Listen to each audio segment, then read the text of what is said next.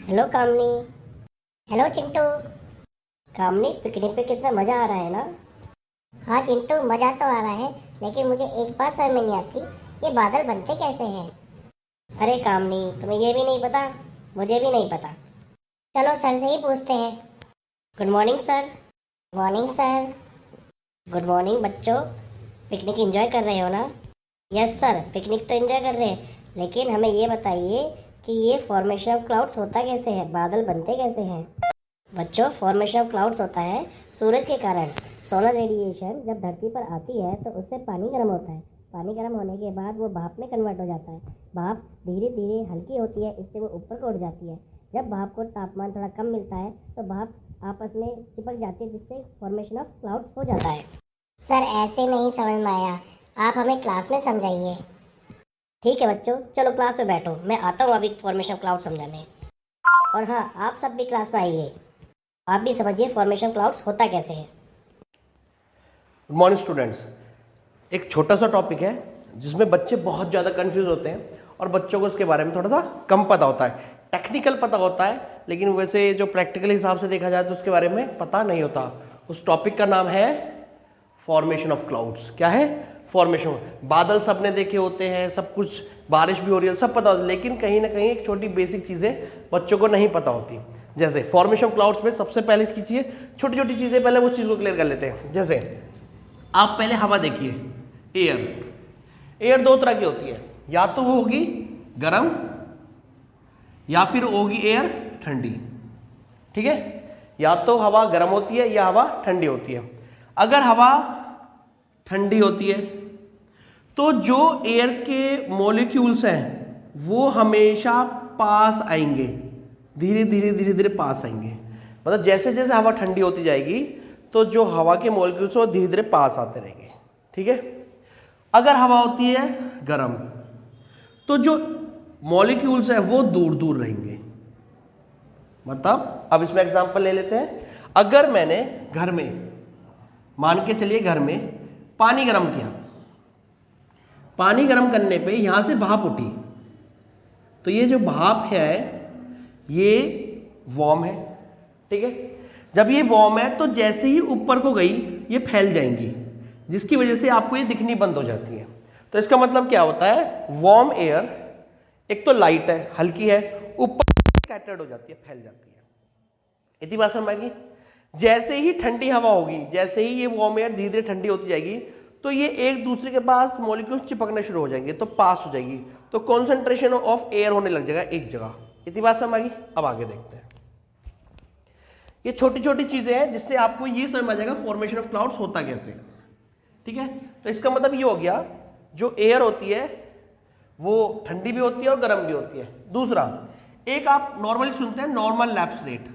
Normal lapse rate, एक word ये सुनोगे आप, तो इसका मतलब होता है लगभग 165 मीटर हाइट पर जाने पर, धरती से सतह के ऊपर जाने पर 1 डिग्री सेल्सियस टेम्परेचर कम होता है।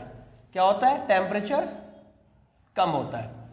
तो इससे यह पता चलता है कि अगर हम जो अर्थ सरफेस है उससे ऊपर की तरफ चलते हैं तो यहां तो हो सकता है कि टेम्परेचर थोड़ा गर्म हो, लेकिन ऊपर जाने पर टेम्परेचर धीरे धीरे धीरे धीरे कम होता चले जाएगा। तो इसका मतलब यहां हाई टेम्परेचर होगा तो इसके कंपैरिजन में यहां लो टेम्परेचर होगा। ये बात अगर आपको समझ में आ गया तो अब आप हम आगे बढ़ते हैं। अब देखिए फॉर्मेशन ऑफ क्लाउड्स होता क्या है। फॉर्मेशन ऑफ क्लाउड्स के लिए सबसे पहले एक वाटर बॉडी होनी जरूरी है। क्या है? Water body. तो मैंने एक वाटर बॉडी ले ली, ये लीजिए, एक कोई वाटर बॉडी है। ठीक है? ये दूसरा, सोलर रेडिएशन हुआ, सूरज की किरण आई, सूरज की किरणों की वजह से ऊपर वाली सतह गर्म होने लगी और गर्म होके ये इवापोरेशन प्रोसेस हुआ इसमें, तो ये इवापोरेट हुए। क्या हुए? इवापोरेट। इवापोरेट होने की वजह से ये जो हवा है, जो आप स्टीम कह सकते हो आप इसको, ये क्या है? गर्म है। मैंने बोला गर्म हवा होगी तो ये फैल जाएगी, फैलने की वजह से ये गर्म हवा एरिया ज्यादा लेगी। ये देखिए एरिया ज्यादा ले लिया, इसके अंदर दूर दूर दूर दूर वाटर वेपर्स है, आप भाप कह सकते हो, लेकिन अभी दूर दूर है। गर्म है इसीलिए। ठीक है, अब ये गर्म हवा हल्की होती है तो ऊपर को जाएगी, तो ये पूरा इसको बोलेंगे एयर मास, इसको क्या बोलेंगे एयर मास। तो अब ये ऊपर को गया, ऊपर को जाने के मुकाबले कि अब मानते हैं कि जब ये गर्म है जैसे ही ऊपर को जाएगा तो अब जितना गर्म है उससे थोड़ा सा ठंडा हो जाएगा, तो ठंडा होते ही ये मॉलिक्यूल्स पास आ जाएंगे। पास आने की वजह से ये एरिया इतना ही लेगा बस, ये देख लीजिए, और ये मॉलिक्यूल्स इसके अंदर थोड़े से पास पास पास पास दिखाई देने लग जाएंगे आपको, मतलब वैसे दिखाई नहीं देंगे लेकिन पास पास पहुंच जाएंगे। ये आपके होंगे वाटर वेपर्स। अब इसकी बात करूं, यहां पर टेम्परेचर मान के चलता हूं 40 डिग्री सेल्सियस है, ठीक है, जिसकी वजह से इवापोरेशन होना शुरू हुआ, और यहां पर जो स्टीम थी, वाटर वेपर्स थे, वो लगभग 10% थे एज कंपेयर टू एरिया। इस एरिया की कंपैरिजन में वाटर मॉलिक्यूल कितने 10% है। जैसे ही ये एयर मास ऊपर को गया, टेम्परेचर थोड़ा सा कम हुआ, 30 डिग्री सेल्सियस हुआ, और relative humidity RH, relative humidity कितनी होगी, इसके कंपैरिजन ये पास होगी, तो इसके एरिया के हिसाब से देखें तो यहाँ आपको ज्यादा दिखने लगी, तो यहाँ मान के चलिए यहाँ 10 है, तो यहाँ मान के चलिए 40% रिलेटिव ह्यूमिडिटी होगी।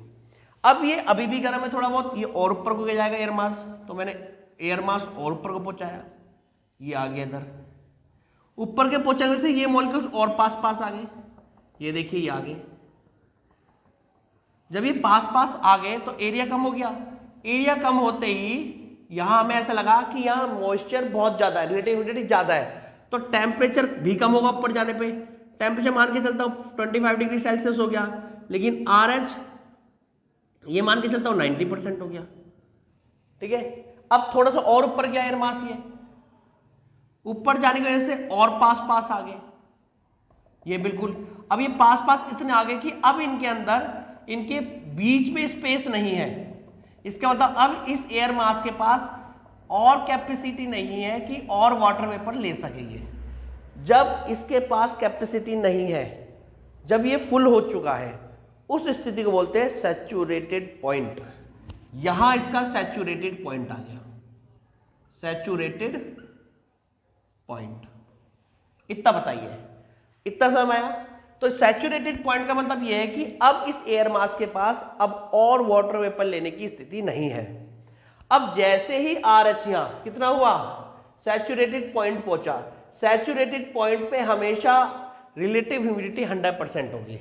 टेम्परेचर कुछ भी हो सकता है, आप 15 डिग्री सेल्सियस ले लीजिए, 10 डिग्री सेल्सियस लीजिए, कोई दिक्कत नहीं। इस RH, अब ये क्या है, ये आपको क्लाउड्स दिखने सही हो जाएंगे।